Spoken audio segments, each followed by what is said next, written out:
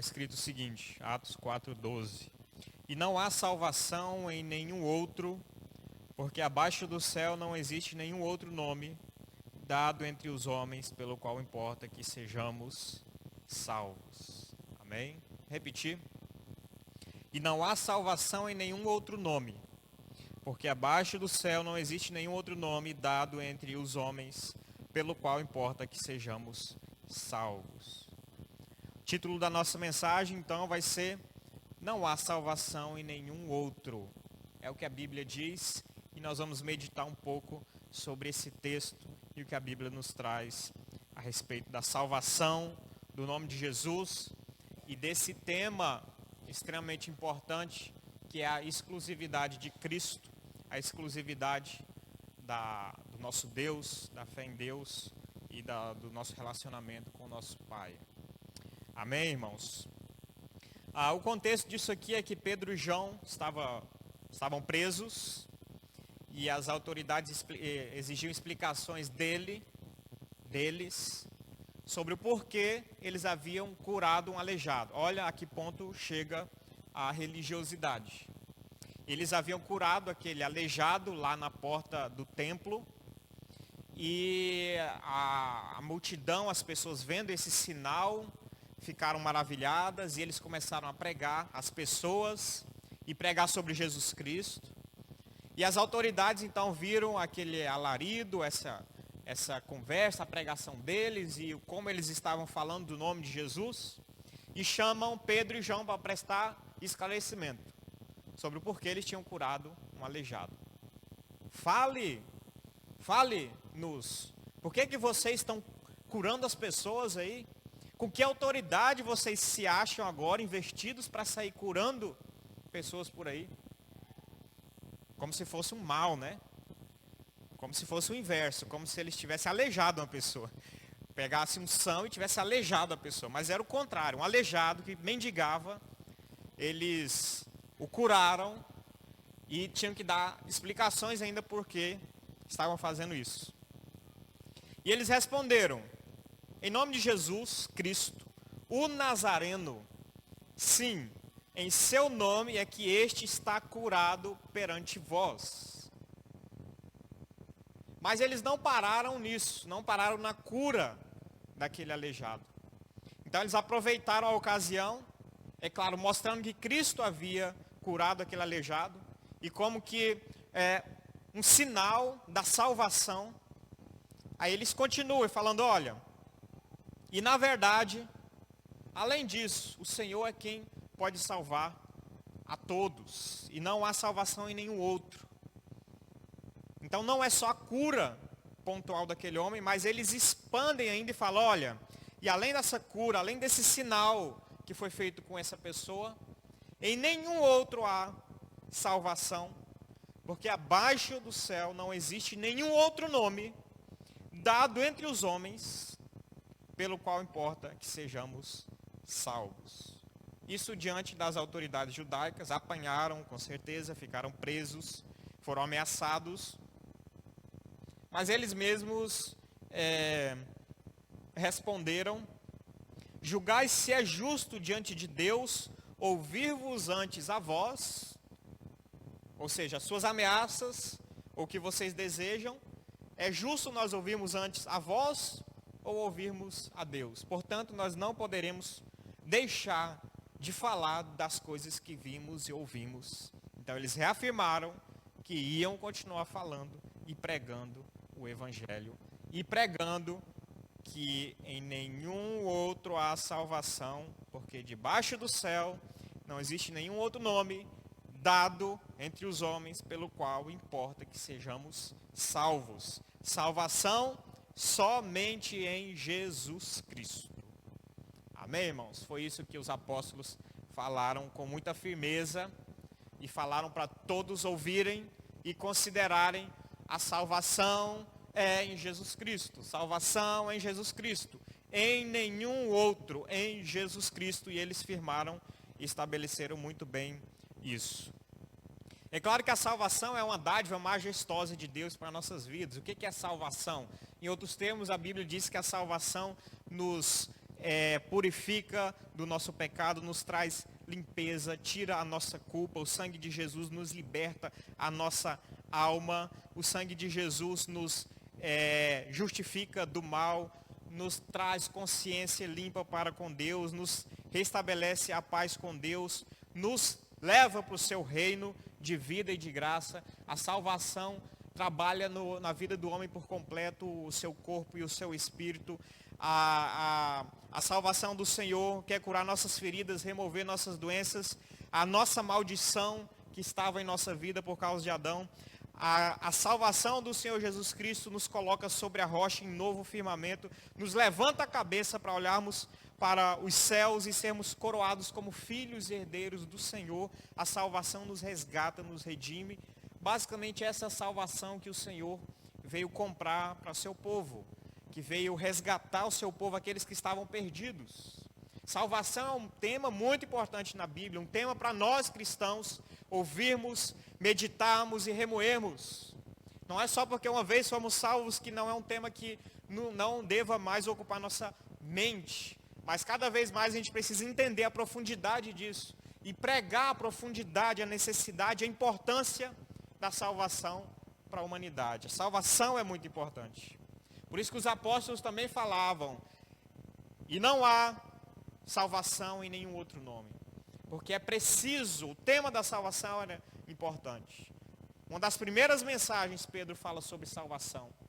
Fala como o povo deve pensar, o que o povo precisa fazer para ser salvo.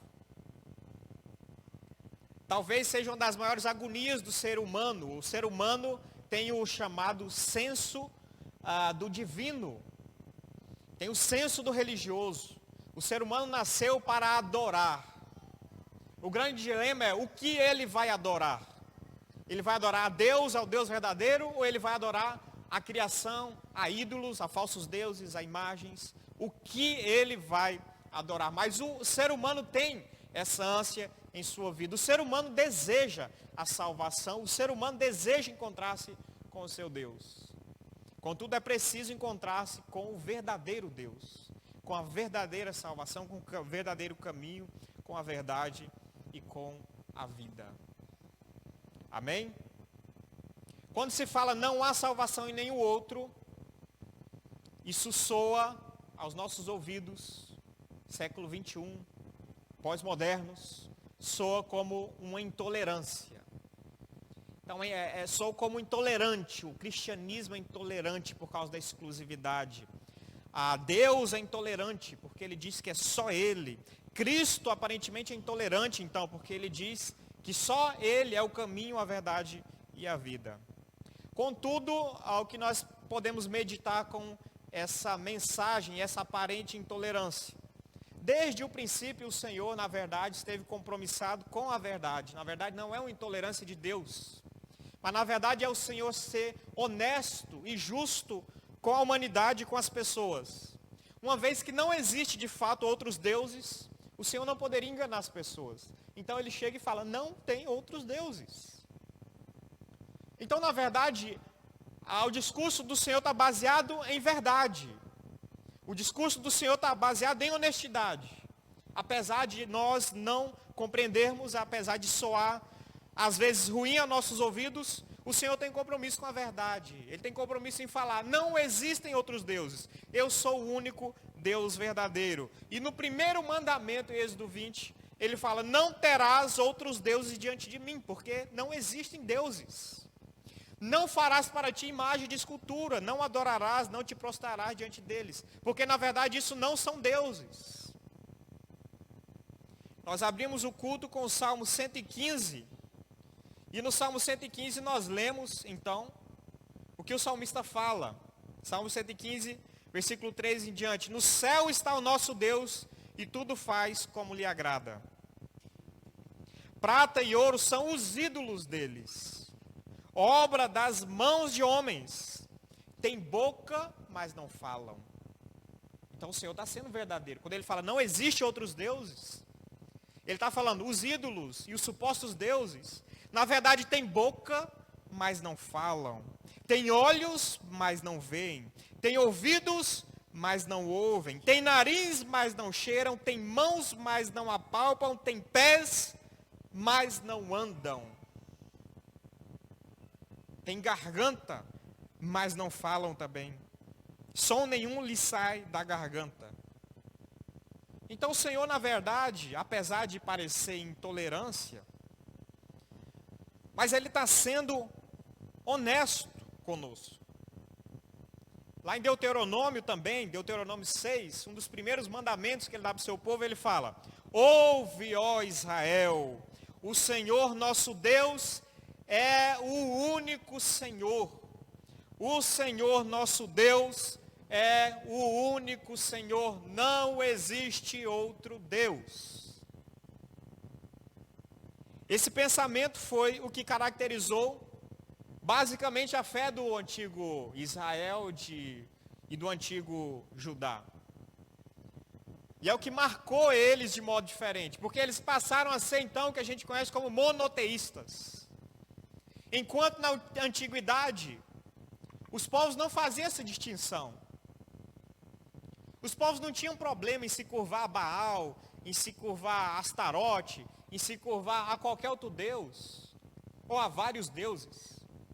Roma não tinha problema nenhum, e a Grécia Antiga não tinha problema nenhum em ter Zeus, Apolo, Hermes, e um panteão de deuses. Os povos não tinham essa preocupação, irmãos. Ou seja, o paganismo, o homem pela sua própria mente, não conseguiu enxergar que existe um único Deus, Criador dos céus e da terra. Um único Deus verdadeiro e que merece o nosso culto. Um único Deus verdadeiro e que exige um relacionamento também exclusivo. Como a gente viu na escola bíblica, a ilustração de Oséias e o casamento de Oséias, ilustrando justamente que Deus requer um relacionamento de exclusividade com Ele. Então o homem, pela sua própria consciência, não conseguiu enxergar que Deus é o único e verdadeiro, mas Ele revelou isso. Ele falou então: o Senhor, ouve, ó Israel, o Senhor vosso Deus é o único Senhor. O Senhor vosso Deus é o único Senhor. Vocês não podem ser como as outras nações. As outras nações não têm dificuldade em fazer uma amálgama, uma mistura de religiões e de credos. As outras religiões pegam um pouquinho de um pouquinho do outro, um pouquinho daqui, um pouquinho dali. A filosofia secular, acompanhando, com seu relativismo e seu pluralismo, elas advogam praticamente a mesma coisa. Que pode haver salvação até em 1000 religiões. Contanto que o religioso, o fiel, seja sincero, contanto que o religioso pratique corretamente, adequadamente o seu credo, é possível chegar a Deus. Todos os caminhos, no final das contas, levariam a Deus. Todos os caminhos seriam, então, adequados. Todos os caminhos seriam uma opção possível. Então esse é um pensamento atual, um pensamento moderno. Mas nós não podemos pensar assim, e não é porque o Vladimir está falando. É porque a Bíblia está falando. Atos 4:12. Em nenhum outro há salvação. Porque nenhum outro nome foi dado debaixo dos céus, pelo qual, nenhum outro nome dado entre os homens, debaixo do céu foi dado, pelo qual importa que sejamos salvos. Então a gente não concorda com alguns pensamentos dessa maneira, porque a Bíblia não diz assim.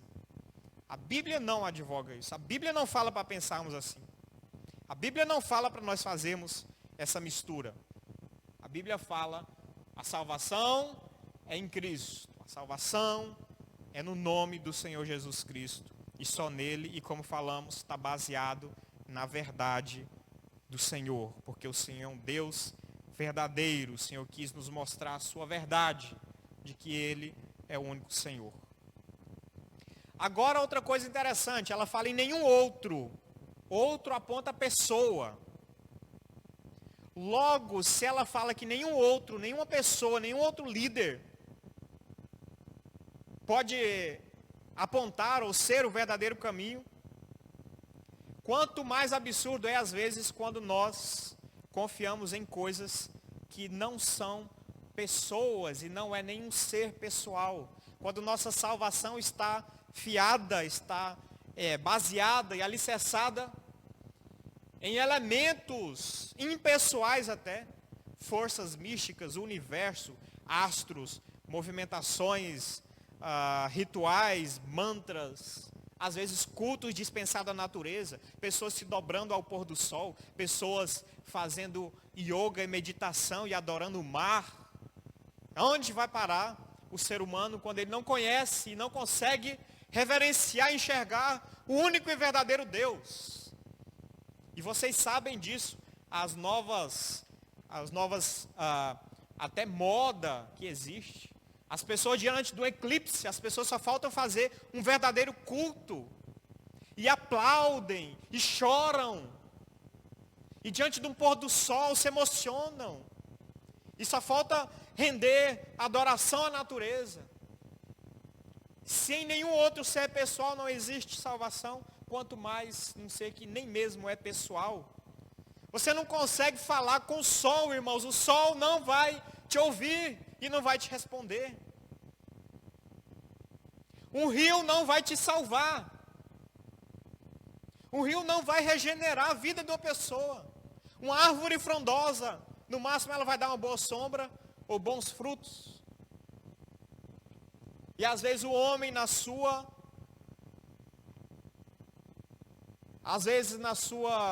vaidade, acaba deixando de cultuar a Deus e acaba cultuando a criação. Então em nenhum outro há salvação, irmãos.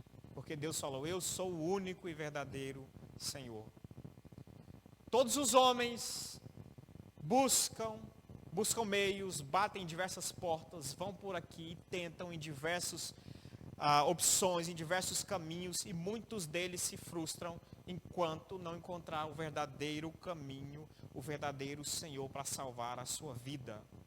Muitas pessoas têm por experiência própria, por cansaço, por tentar, por buscar. Eu vou tentar, eu quero encontrar com Deus, eu quero a salvação, eu preciso do meu Senhor. E eu busco em diversos caminhos. E ficam frustradas, porque ainda não encontraram o verdadeiro caminho e a verdadeira salvação.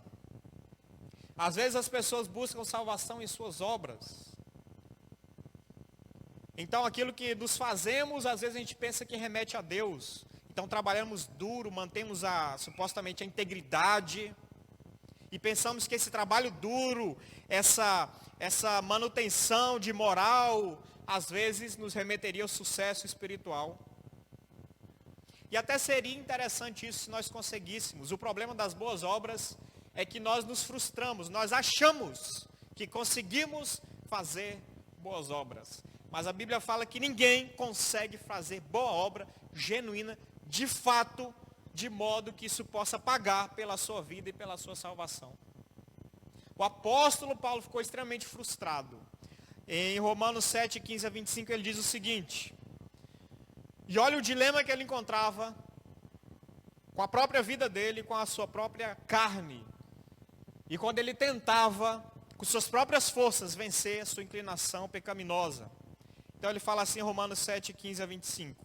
Porque nem mesmo compreendo o meu próprio modo de agir, pois não faço o que prefiro, e sim o que detesto. Ora, se faço o que não quero, consinto com a lei, que é boa. Neste caso, quem faz isso já não sou eu, mas o pecado que habita em mim. Porque eu sei que em mim, isso é, na minha carne, não habita bem nenhum, pois o querer o bem está em mim, não porém o efetuá-lo. Porque não faço o bem que prefiro, mas o mal que não quero, esse faço. Mas se eu faço o que não quero, já não sou eu quem o faz, e sim o pecado que habita em mim. Então, ao querer fazer o bem, encontro a lei de que o mal reside em mim. Porque no tocante ao homem interior, tenho prazer na lei de Deus, mas vejo nos meus membros outra lei que, guerreando contra a lei da minha mente, me faz prisioneiro da lei do pecado que está em meus membros. Desventurado homem que sou, quem me livrará do corpo dessa morte? Graças a Deus por Cristo Jesus nosso Senhor, de maneira que eu, de mim mesmo, Com a mente sou escravo da lei de Deus, mas segundo a carne, da lei do pecado. Então Paulo clamando, Senhor, eu quero, e o bem eu desejo, mas eu não consigo fazer. Eu não consigo, de mim mesmo, de mim, do homem, da minha força, do meu intento, da minha obra, da minha manufatura, não sai o bem genuíno que Deus quer, irmãos. Por isso é tão importante a gente entender que esse caminho não é um caminho que traz a salvação, o caminho das obras. Não que a gente não deva fazer as obras, mas ela não é o que garante a salvação. Na verdade, ela é o fruto. Ela, depois da salvação, você vive em boas obras e você faz o que é correto, bom, agradável, produz frutos ao Senhor. Mas não são, e depois da salvação você faz isso por causa do Espírito Santo, também não é por causa de você.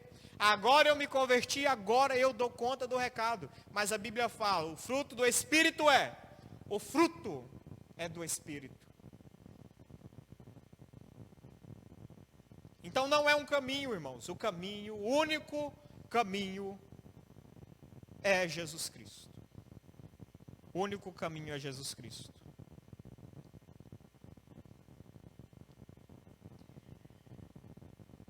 A salvação também não vem por reformas, que está bem no contexto das obras. Mas as obras eu penso, eu estou ajudando um mendigo, estou matando a fome de algum, estou ajudando a vestir, estou visitando o presidiário, estou fazendo obras. Agora a reforma, talvez uma mera reforma espiritual é assim, eu vou acrescentar às obras mais algumas coisas espirituais, porque só obras não está muito espiritual ainda. Eu preciso ir na igreja no domingo, eu preciso me batizar, eu preciso ceiar, eu preciso cumprir alguns rituais, alguns protocolos. Eu preciso estar na assembleia, pelo menos uma vez no ano, na igreja. Eu preciso fazer algumas coisas, talvez participar de algum ministério na igreja. E às vezes a gente tem então essa ideia de que eu preciso fazer e precisa que seja feita alguma coisa até um pouco mais espiritual. Então a gente espiritualiza um pouco mais. A gente começa a querer achar que a gente precisa fazer algumas orações pontuais, algum tipo de oração, alguns sacrifícios, alguns votos. A gente começa a ficar, às vezes, muito religioso. A gente não fica mais espiritual, a gente fica mais religioso, às vezes. Em busca, às vezes, da salvação. Em busca, às vezes, de fato, se encontrar com o nosso Deus. Mas tem um problema com isso também. Tem um problema com essas obras também. Essas obras, quando elas são feitas em si mesmo, e elas sendo buscadas como meio de salvação, elas deixam o suposto fiel extremamente frustrado. Elas cansam, elas fadigam. Elas cansam, irmãos. Cansa de ir na igreja. Cansa de orar. Cansa dos rituais. Cansa-se dos votos, das confissões. Porque é algo meramente externo. Elas às vezes não trazem o prazer. Elas não mudam de vida. Elas não transformam. Elas não fazem ter um encontro pessoal e transformador com Deus. Elas não trazem o brilho da glória do Senhor que nos prostra no chão e nos faz exaltar e exultar na vida com Deus. Elas deixam a vida meramente religiosa, cheia de ritualismos. Muitos homens em busca de Deus se viram extremamente frustrados com obras, com religião, com religiosidade, com rituais, com o sistema. Martinho Lutero foi Charles Spurgeon também escreveu sobre a sua luta em se dedicar, os dois se dedicaram muito à igreja, às obras, a fazer o bem, a praticar o que é bom, correto, e o seu coração ainda os condenava. Quanto mais eles faziam, mais ainda o seu coração ficava oco. E eles ainda não encontravam, cadê Deus? Eu não estou encontrando Deus. Quando eu limpo o piso da igreja com uma escovinha fininha como escova de dente, para ficar brilhoso, tamanho o meu rigor, para fazer e praticar o que é bom e o que é correto, e o meu esmero com a religião. Quanto mais eu faço jejuns e orações, e eu me flagelo, e eu ainda tenho um vazio no interior, e eu tenho um buraco no meu ser. E muitos homens falaram e mostraram, escreveram seus testemunhos. Porque essas coisas não salvam, irmãos. E quando nós temos ainda a consciência do pecado, de que somos devedores do Senhor, isso não limpa o pecado, irmãos.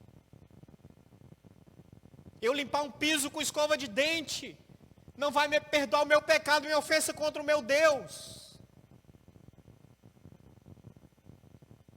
O meu flagelo, o meu jejum, o meu sacrifício, não pode purificar a minha vida. Não pode pagar minhas ofensas, que são grandes e contínuas. Então, muitos homens decepcionados com esse caminho de uma mera reforma. O Senhor não quer fazer mera reforma. Por isso que a Bíblia fala de novo nascimento. O Senhor quer fazer nascer de novo. O Senhor quer quebrar o vaso e fazer de novo. Não são meras reformas, não é um concertozinho. Não é vir para a igreja e pegar uma roupa cristã, uma vestimenta da Igreja Batista Reformada de Porto Velho, tomar um linguajar cristão, um linguajar evangélico. Não são mera maquiagem, não é uma mera roupagem. É algo muito mais profundo, é um caminho realmente de mudança plena e profunda. E esse caminho é só em Cristo. Mas Martinho Lutero e Charles Spurgeon também, ambos puderam testemunhar, mas quando nós encontramos a graça pela fé somente, nossas vidas, aí sim nossas vidas foram mudadas. Quando nós depositamos toda a nossa vida aos pés da cruz, aos pés do Senhor, então nossas vidas foram redimidas. Saiu o peso de nossos lombos, saiu o vazio do nosso coração, a angústia acabou, o senso de maldição foi acabado, a paz com Deus voltou a reinar em nossas vidas. Nós tivemos vidas novas, restauradas e abençoadas, mas só se encontrou isso em Jesus Cristo, na graça derramada por Jesus Cristo. Portanto, a suma é: existem milhares de invenções humanas prometendo salvação, contudo são caminhos que não passam de cisternas vazias, nuvens sem chuvas, árvores secas, ou seja, não tem serventia alguma e são ilusões, pois a verdade permanece e não há salvação em nenhum outro. Não há salvação em nenhum outro a não ser Jesus Cristo. Mas quando o texto fala negativamente que não há salvação em nenhum outro, ele já nos aponta positivamente que há salvação em Cristo. Então a segunda parte da nossa meditação é justamente o lado positivo, então, que fica subentendido no texto. Se ele fala não há salvação em nenhum outro, que não existe nenhum outro nome dado entre os homens pelo qual sejamos salvos, indiretamente ele está falando, existe salvação em Cristo. Amém, irmãos? Existe salvação em Cristo. Primeira consideração interessante, o sangue de Jesus Cristo é puro. Então, alguns argumentos, alguns elementos que nos remetem a Cristo como Salvador. Primeiro, ele morreu como uma pessoa pura, sem pecado. Ele não tinha pecado, ele não tinha mácula. Ele não morreu como ladrão da cruz. Ele não era assassino, ele não era criminoso. Ele era uma pessoa santa, perfeita. Não havia nenhum crime nele, ninguém que o pudesse incriminar.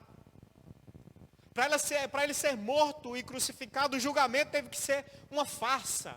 Teve que ser comprada falsas testemunhas. Teve que se mentir. Não havia nenhum pecado na morte e no sangue e na pessoa de Jesus Cristo. Então o fato é o seguinte: um homem puro, sem pecado, está morrendo. Um justo perdendo a sua vida, da qual ele tinha direito. Vamos tentar pensar na justiça de Deus agora. Na justiça de Deus ele fala assim, o salário do pecado é a morte. Na justiça de Deus só se morre por causa do pecado. A morte é uma consequência do pecado. Essa é a lei de Deus, essa é a justiça de Deus. Agora imagine, uma pessoa está morrendo e não pecou. O que acontece? Pensa, você como justo juiz tem que analisar esse caso. O seu decreto é: o salário do pecado é a morte. Só morre aqueles filhos de Adão que pecaram. Porque se não houvesse pecado no mundo, o que estava destinado para o homem era a árvore da vida. Então o decreto de Deus é: só morre por causa de pecado. Jesus Cristo, o justo, morreu. E agora imagine, diante de um tribunal, um justo morreu sem pecado. O que acontece? O que esse juiz tem que fazer? O que esse juiz tem que considerar? Você morreu injustamente. Você, portanto, tem o mérito de uma vida. O seu sangue é limpo. Então, a primeira consideração, irmãos, consegue perceber isso? Consegue perceber? O seu sangue é perfeito. Você morreu sem pecado. Então, você tem mérito de uma vida. Você não pode ficar morto. As garras da morte não podem te prender. Por isso que Jesus Cristo, o que acontece? A morte não pôde deter a Cristo, irmãos. A morte como que expeliu a Cristo, ela não conseguiu segurar ao Senhor que tinha o mérito da vida. Então a primeira coisa que nos remete é Cristo. Por que Ele pode salvar? O sangue dele foi puro e perfeito. Não se pode afirmar isso sobre nenhum outro ser na face dessa terra. Não se pode afirmar isso sobre nenhum outro homem. Não se pode afirmar isso. Por isso que o texto é muito propício quando ele fala: não há nenhum outro nome dado entre os homens. Porque se você encontrar outro homem, outra pessoa, o nome de alguém que foi perfeito, então a gente muda a Bíblia. Mas a Bíblia fala: não tem nenhum sangue que foi puro como o sangue de Cristo. A pureza do sangue de Cristo, irmãos. O texto fala assim de Hebreus 4,15. Ele foi tentado em todas as coisas, a nossa semelhança, mas sem pecado. Ele não teve pecado. Então a primeira coisa que nos remete, o sangue de Jesus é perfeito.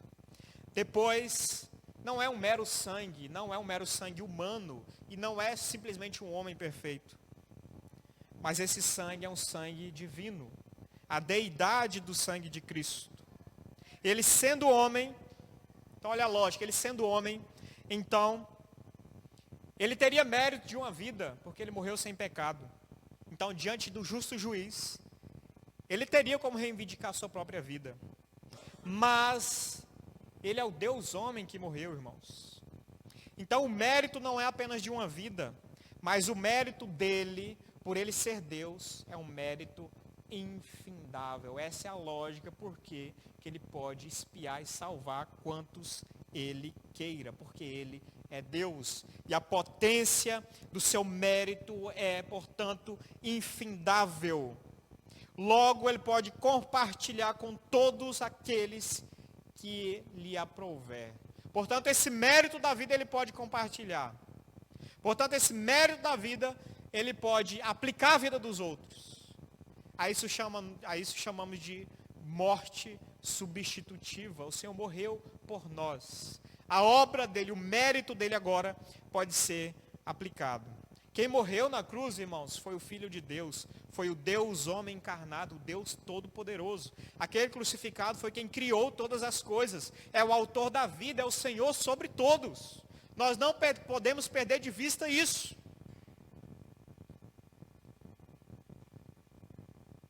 Nós não podemos perder de vista que não foram cravos que seguravam os pés de Jesus.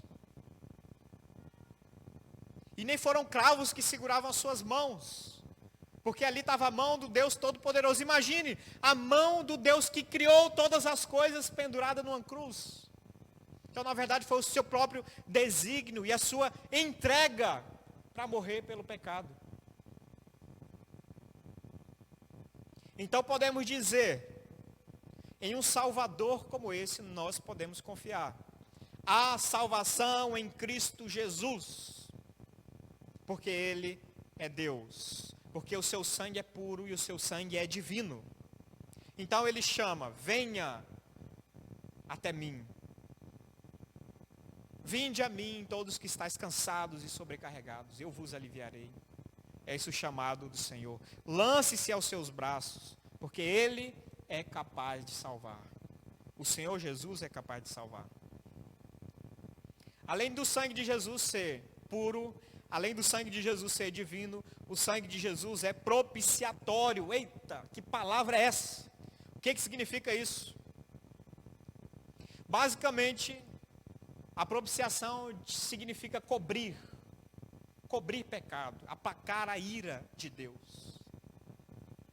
A obra de propiciação de Cristo foi uma obra que cobre-nos com o seu sangue, com o seu mérito, para que a ira de Deus não recaia sobre nós e exija de nós o nosso pecado e nos condene. E a Bíblia fala, irmãos, que é preciso, de novo, todos os filhos de Adão, todas as pessoas nascidas nesse mundo, elas precisam que a sua ira seja aplacada. A ira de Deus sobre elas seja aplacada. Porque nós nascemos em pecado. Nós nascemos em corrupção, em depravação. E nós já nascemos renegando ao nosso Deus. João 3,36 diz o seguinte: o que todavia se mantém rebelde contra o Filho, ou seja, o que não aceita o Filho, não verá a vida, mas sobre ele permanece a ira de Deus. Aqueles que não confessaram a Cristo, o único nome, eles não podem encontrar a vida, e sobre eles permanece, não é que vai surgir, não é no futuro, não é no juízo final, permanece porque é algo que já existe, e continua, e permanece a ira de Deus.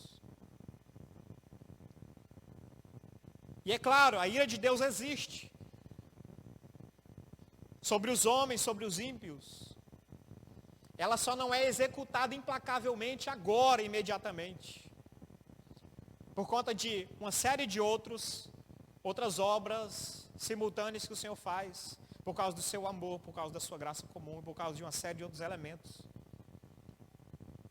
Mas no dia do juízo final, aqueles que não encontraram esse caminho, esse único nome dado aos homens, eles vão ter que passar pelo juízo final e enfrentar, aí de fato, sem agora graça comum, sem amor, porque está no momento de juízo, agora vão ter que enfrentar a ira de Deus.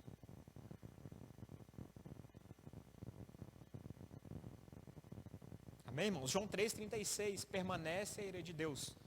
Não é invenção do Vladimir, não é invenção da igreja. É a Bíblia que fala isso. E a Bíblia fala porque ama. E porque quer que as pessoas sejam salvas. Esse aqui é o Evangelho. Ela quer mostrar, como a gente falou, Deus é verdadeiro e o Senhor quer mostrar a realidade. Mas para que aqueles que ouçam, escutem e abracem o Evangelho, abracem o nome sobre todo o nome, que é o nome de Jesus Cristo. Então o sangue de Jesus é propiciatório, ele age aplacando a ira de Deus, pagando todo o nosso débito diante do Pai. Por isso a Bíblia diz que nós passamos a ter paz com Deus. Paulo diz assim: justificados, pois, mediante a fé, temos paz com Deus. Paz por quê? Porque não tem mais ira. A ira foi satisfeita, então agora nós temos paz com Deus. Um relacionamento com o Senhor reestabelecido. Assim, se tínhamos que temer a fúria do Pai, agora não temos mais, pois o sacrifício de Cristo foi aceito. É interessante que alguns sentem isso, como relatado por Martinho Lutero e Spurgeon, que ele sentia esse pânico, esse medo de Deus, da ira divina.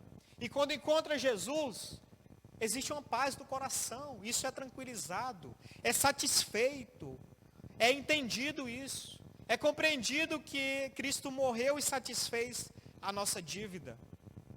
Jesus então morreu por causa do pecador que se arrependeu ou que se arrependerá.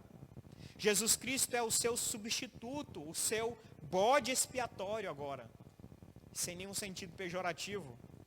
Mas ele é de fato o bode expiatório, o bode que expia, o sacrifício que expia o pecado do outro, que aplaca a ira de Deus. E sabe qual a boa nova? A gente fala tanto de evangelho, irmãos. Sabe o que é o evangelho de fato? O evangelho é você falar para as pessoas isso. Olha, sabe a ira tremenda de Deus por conta da blasfêmia nossa, por conta da nossa depravação, por causa de que nós cuspimos a Ele, por causa da nossa incredulidade, de uma série de outras coisas. Sabe essa ira de Deus? Sabe qual é a boa nova? Cristo pagou e Ele pode aplicar isso, o mérito dele à nossa vida, e nós podemos alcançar, encontrar a salvação nele. Isso é o evangelho, irmãos. Evangelho não é venha a Cristo e mude sua vida, e ganhe um carro e alcance a prosperidade. Evangelho não é venha a Cristo e vamos fazer uma campanha, e você vai ser curado dos seus males, das suas doenças. Isso é muito pequeno, irmãos. Cadê a mensagem sobre a ira de Deus, sobre o problema que o homem tem com Deus e precisa ser resolvido? Você conseguiu uma Ferrari e não vai aplacar a ira de Deus, irmãos, contra o seu pecado. Você pode curar 10 câncer. Isso não vai satisfazer o problema espiritual do homem com Deus. Não que Deus não possa abençoar, a essência da mensagem não é essa. Mas o problema essencial do homem, e a mensagem essencial das boas novas, é: Cristo pode aplacar a ira de Deus e salvar o pecador, aplicando a sua morte, o mérito da sua morte, para as nossas vidas. É possível isso, e Deus quer fazer isso pelas pessoas. Isso é salvação, irmãos. Se nós nunca tivermos entendido dessa maneira, é possível que nem salvos nós ainda tenhamos sido. Se eu nunca entendi a salvação como o Senhor Jesus Cristo pagando uma dívida muito cara, se eu nunca nem mesmo senti essa dívida para com Deus, às vezes nós precisamos do primeiro e do começo de tudo ainda. Nós precisamos entender que nós somos devedores e que a obra de Cristo é uma obra que de fato paga, satisfaz, propicia, expia a nossa dívida, irmãos. Expia o nosso pecado, a nossa cruel dívida para com Deus. E a partir de então nós podemos ter paz com Deus, um novo relacionamento, uma nova vida para com Cristo. Amém, irmãos? Além do sangue de Cristo ser puro, ser divino, ser propiciatório, ele não encontra limites. Às vezes as pessoas tentam colocar limites ao sangue de Cristo e ao poder de Cristo. Às vezes a própria pessoa pode falar assim: o meu caso é impossível. Eu sou tão pecador, que eu vou me esconder. Não importa o que eu faça, eu sou tão pecador que eu acredito que Cristo não pode nem mais me salvar. Porque eu cometi um pecado muito grave, muito sério. Mas a Bíblia diz que o sangue de Cristo não encontra limites. Não há pessoa que não possa ser salva, se Deus quiser. Ah, mas eu fui um ladrão. Mas quem disse que não existe até exemplos na Bíblia de ladrões que foram salvos? O ladrão da cruz, por exemplo. Ah, mas eu fui um adúltero. Quem disse na Bíblia que adúltero não é salvo? Temos até um caso muito famoso de Davi. Ah, mas eu fui incrédulo. E quem foi Tomé? Eu sou muito incrédulo às vezes. E quem foi Tomé? Ah, eu às vezes sou imoral. Irmãos, Judá dormiu com prostituta.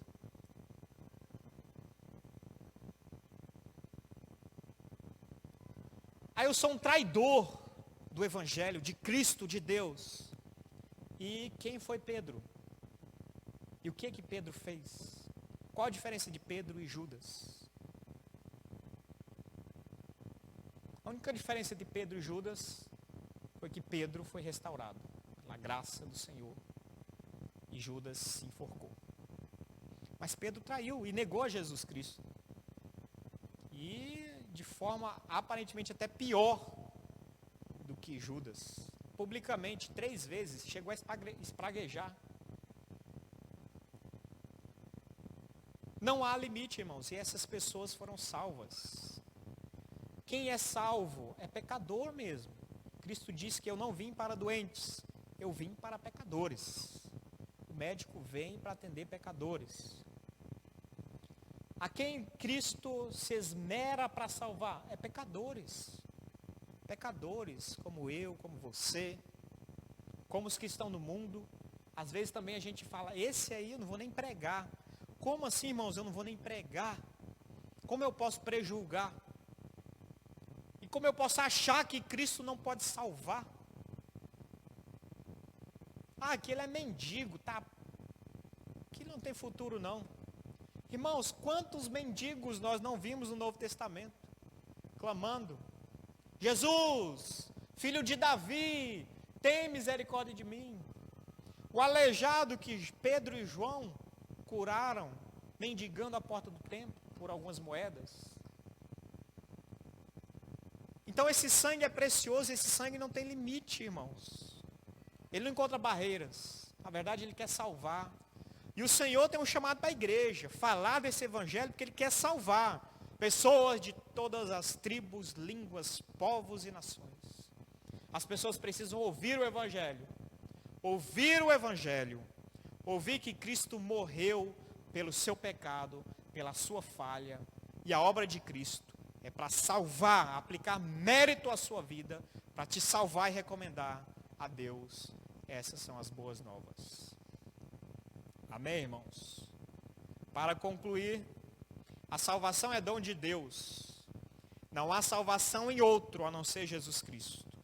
O aspecto negativo da sentença é importante, pois exalta ao único e verdadeiro Deus. O lado positivo nos conduz à eficácia da obra de Cristo, que foi pura, divina, expiatória e sem limitação. Que nós, pecadores, nos rendamos a tais verdades. Que confessemos nosso pecado e nos lancemos nos braços de Cristo Jesus em busca de salvação, sabendo que se não encontrarmos nela essa dádiva, se não encontrarmos em Cristo essa dádiva, nós não encontraremos em lugar algum. Pois está escrito, não há salvação em nenhum outro, porque abaixo do céu não existe nenhum outro nome dado entre os homens, pelo qual importa que sejamos salvos. Amém?